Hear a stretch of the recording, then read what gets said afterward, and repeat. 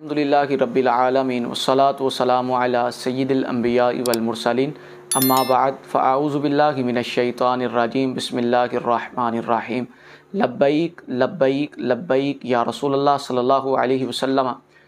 محترم دوستو، آج ہم جس موضوع کو لے کر بیٹھے ہیں وہ ہے مسلمانوں کے تیسرے خلیفہ امیر المؤمنین حضرت سیدنا عثمان غنی رضی اللہ تعالی عنہ۔ آپ کی سیرت کے چند پہلوؤں پر ہم انشاءاللہ روشنی ڈالنے کی کوشش کریں گے۔ دعا ہے خلاق عالم ہماری اس مختصر سی کاوش کو اپنی بارگاہ میں قبول و منظور فرمائے۔ حضرت سیدنا عثمان غنی رضی اللہ تعالی عنہ عام الفیل یعنی کہ جس سال ابرہہ نے کعبۃ اللہ میں ہاتھیوں کے ساتھ حملہ کیا، اس کے 6 سال بعد آپ کی ولادت باسعادت ہوتی ہے۔ آپ رضی اللہ تعالی عنہ کا نامی اسم گرامی عثمان رکھا جاتا ہے، اور آپ کا جو زمانہ جاہلیت میں لقب تھا وہ ابو عمرو تھا۔ پھر جب زمانہ اسلام کا آغاز ہوا تو روایات میں آتا ہے حضرت سیدنا عثمان غنی رضی اللہ تعالی عنہ کے 5ویں نمبر پر جس شخصیت نے اسلام کو قبول کیا وہ حضرت عثمان غنی رضی اللہ تعالی عنہ کی ذات تھی۔ اچھا، زمانہ جاہلیت میں آپ کو ابو عمرو کے لقب سے یاد کیا جاتا تھا، لیکن جب آپ اسلام لائے آقا علیہ الصلوۃ والسلام نے اپنی پیاری لخت جگر حضرت سیداتنا رقیہ رضی اللہ تعالی عنہ کا نکاح آپ کے ساتھ کیا تو آپ کو جو بیٹا اللہ پاک نے عطا کیا اس کا نام عبداللہ تھا رضی اللہ تعالی عنہ۔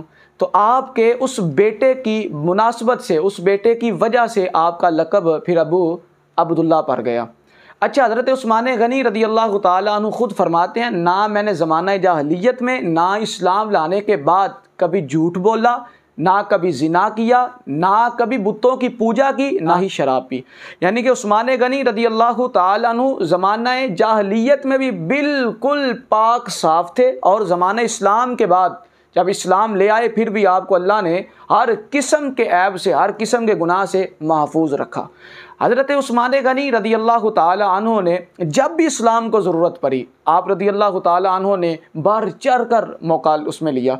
جب اسلام کو مال و دولت کی ضرورت پڑی، حضرت عثمان غنی نے اس وقت بھی حصہ لیا۔ مثال کے طور پر اللہ پاک نے قرآن مجید فرقان حمید میں ارشاد فرمایا والذین اتبعوہ فی ساعۃ العسرہ، یعنی کہ آیہ کریمہ کہ وہ جو تنگی میں بھی ان کی اتباع کرنے والے ہیں، یعنی کہ تنگی کے وقت بھی انہوں نے چھوڑا نہ۔ اچھا، جس میں حضرت سیدنا عثمان غنی رضی اللہ تعالیٰ عنہ نے کیسی جان نثاری کو پیش کیا۔ کہا جاتا ہے اس وقت آپ رضی اللہ تعالیٰ عنہ نے جب آقا علیہ الصلوۃ والسلام نے کہا مسلمانوں آج اسلام کو تمہارے مال کی ضرورت ہے، آج اپنے مال لے کر آؤ۔ حضرت ابو بکر صدیق رضی اللہ تعالیٰ عنہ اپنا پورے کا پورا مال لے کر آ گئے۔ آقا علیہ الصلوۃ والسلام نے فرمایا ابو بکر گھر والوں کے لیے کیا چھوڑ کر آئے ہو؟ عرض کیا حضور گھر والوں کے لیے اللہ اور اس کا رسول چھوڑ کر آیا ہوں۔ اچھا، فاروق اعظم رضی اللہ تعالیٰ عنہ بھی مال لے کر آئے، فرمایا اے فاروق گھر والوں کے لیے پیچھے کیا چھوڑا ہے؟ عرض کیا حضور آدھا مال آپ کی بارگاہ میں اور آدھا مال گھر والوں کے لیے چھوڑ آیا ہوں۔ عثمان غنی رضی اللہ تعالیٰ عنہ کی جب باری آتی ہے، عثمان اپنا مال لے کر حاضر خدمت ہوتے ہیں۔ آقا علیہ الصلوۃ والسلام نے فرمایا عثمان کیا لے کر آئے ہو؟ عرض کرتے ہیں حضور 950 اونٹ لے کر آیا ہوں۔ اس وقت 950 اونٹ، اور فرمایا عرض کیا حضور 50 گھوڑے بما ساز و سامان کے، جنگ میں لڑنے کے لیے یہ بما ساز و سامان کے 50 گھوڑے بھی لے کر حاضر ہوا ہوں۔ اور ایک روایت میں آتا ہے آپ کی آستین میں 1000 دینار بھی تھے، اور وہ بھی آقا علیہ الصلوۃ والسلام کی بارگاہ میں آپ نے پیش کر دیے۔ اب روایت کا مفہوم ہے آقا علیہ الصلوۃ والسلام نے جب اتنا مال دیکھا، حضرت عثمان غنی رضی اللہ تعالیٰ عنہ کی جان نثاری کو دیکھا تو فرمایا عثمان آج کے بعد تو جو بھی عمل کرے گا اس سے حساب نہیں لیا جائے گا، اس پر مواخذہ نہیں کیا جائے گا، اس پر حساب نہیں لیا جائے گا، اور اللہ پاک نے تیرے مقدر میں جنت کو لکھ دیا ہے۔ یعنی عثمان غنی رضی اللہ تعالیٰ عنہ کو اس موقع پر بھی جنت کی بشارت حضور علیہ الصلوۃ والسلام نے عطا فرمائی۔ اچھا، بیر روما وہ جو آقا علیہ الصلوۃ والسلام نے کنویں کے بارے میں ارشاد فرمایا کہ یہ کنواں جو ہمیں خرید کر دے گا ہم اسے بھی جنت عطا کریں گے۔ عثمان غنی پھر جوش، پھر جذبہ ایمانی کے ساتھ حاضر خدمت، یا رسول اللہ میں عثمان وہ آپ کو کنواں خرید کر دوں گا۔ حضرت عثمان رضی اللہ تعالیٰ عنہ نے جب وہ کنواں خرید کر دیا، آقا علیہ الصلوۃ والسلام نے فرمایا اس کے بدلے میں اللہ تجھے جنت عطا فرمائے گا۔ اچھا، عشرہ مبشرہ میں بھی کہ وہ 10 صحابہ کرام علیہم رضوان کے جن کو دنیا میں آقا علیہ الصلوۃ والسلام نے جنت کی بشارت عطا فرما دی، ان میں بھی تیسرے نمبر پر جس صحابی کا نام آتا ہے عثمان فی الجنہ کے نام سے، وہ حضرت عثمان غنی رضی اللہ تعالیٰ عنہ کی ذات ہے۔ عثمان غنی رضی اللہ تعالیٰ عنہ کی شان کے کیا کہنے۔ حضرت سیدنا رقیہ رضی اللہ تعالیٰ عنہ آقا علیہ الصلوۃ والسلام کی پیاری لخت جگر ہیں، بیٹی ہیں۔ جب آپ کا وصال ہو گیا، آقا علیہ الصلوۃ والسلام نے اپنی دوسری لخت جگر حضرت ام کلثوم رضی اللہ تعالی عنہا کا بھی نکاح آپ کے ساتھ فرما دیا۔ اچھا، جب نکاح فرما دیا نا تو آقا علیہ الصلوۃ والسلام نے پتہ کیا فرمایا؟ روایت میں آتا ہے، مفہوم ہے، آقا علیہ الصلوۃ والسلام نے فرمایا بیٹی، کیونکہ حضرت عثمان غنی رضی اللہ تعالیٰ عنہ خوبصورت بہت زیادہ تھے، میرے محبوب فرماتے ہیں بیٹی میں نے تیرا نکاح سب سے زیادہ اشبہ کے ساتھ کیا ہے، یعنی سب سے مشابہ کے ساتھ۔ اب مشابہ کس کے؟ روایات میں آتا ہے حضور علیہ الصلوۃ والسلام نے فرمایا اے بیٹی سب سے زیادہ مشابہ عثمان حضرت ابراہیم علیہ الصلوۃ والسلام کے اور تیرے باپ محمد عربی کے ہیں۔ بیٹی تیرا نکاح میں نے اس عثمان کے ساتھ کیا ہے کہ جو سب سے زیادہ مشابہت حضرت ابراہیم اور آقا علیہ الصلوۃ والسلام یعنی میں محمد کے ساتھ رکھتا ہے۔ ایسے منظور نظر آقا علیہ الصلوۃ والسلام کے۔ پھر حضور علیہ الصلوۃ والسلام نے کیا فرمایا؟ فرمایا عثمان اگر میری تیسری بیٹی ہوتی پھر بھی تیرے نکاح میں بیعت دیتا۔ اور ایک روایت میں آتا ہے آقا علیہ الصلوۃ والسلام نے فرمایا عثمان اگر میرے 40 بیٹیاں ہوتی تو یکے بعد دیگرے وہ 40 کی 40 تیرے نکاح میں دے دیتا۔ آپ رضی اللہ تعالیٰ عنہ کی اتنی شان ہے۔ اچھا، آپ کا ایک لقب ہے ذو النورین، 2 نوروں والے۔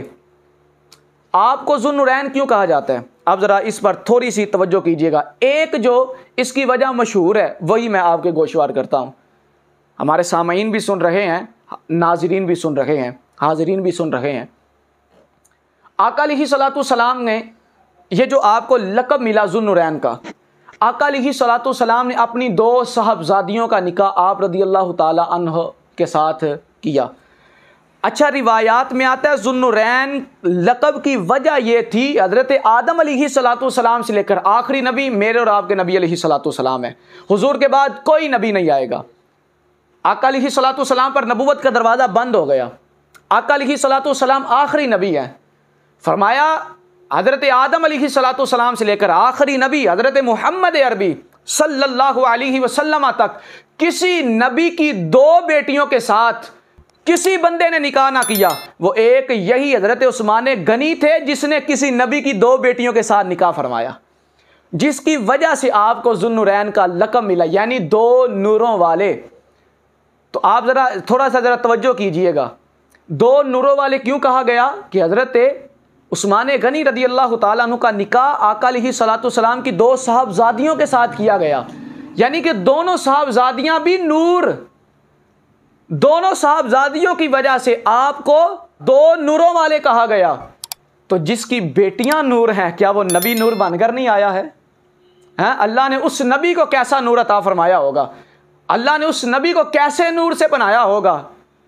اللہ اکبر کبیرہ۔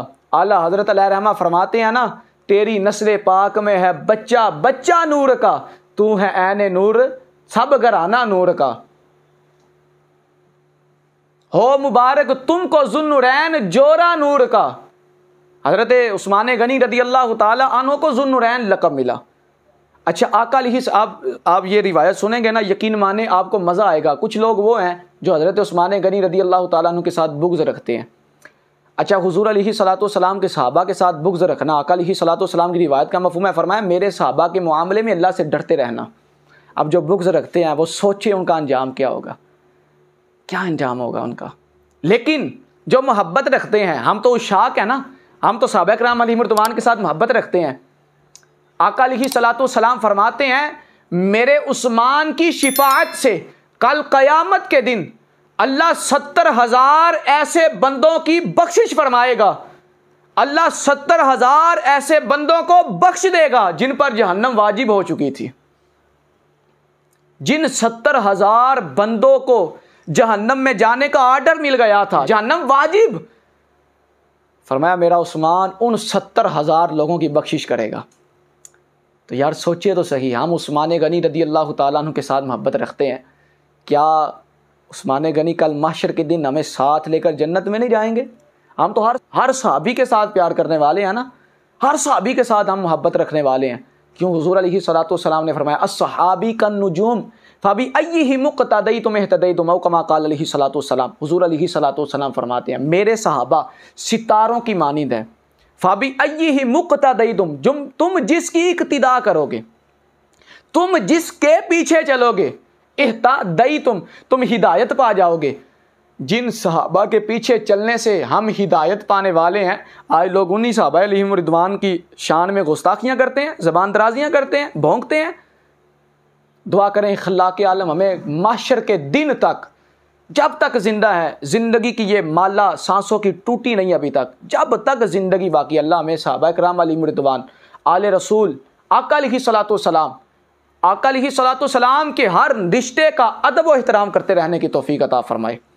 آپ رضی اللہ تعالی عنہ کا یوم وصال، یعنی کہ آپ کو شہید کیا گیا نا، 18 ذوالحجۃ الحرام کو آپ رضی اللہ تعالی عنہ کو شہید کیا گیا۔ انا للہ و انا الیہ راجعون۔ اللہ پاک کی بارگاہ میں دعا ہے خلاق عالم ہمیں بھی بڑھ چڑھ کر حضرت عثمان غنی رضی اللہ تعالی عنہ کے اصال ثواب کے لیے ہمیں بھی ختم پاک کا اہتمام کرنے کی، اصال ثواب کے لیے قرآن خوانی کرنے کی توفیق عطا فرمائے۔ اللہ پاک ہماری اس مختصر سی کاوش کو اپنی بارگاہ میں قبول و منظور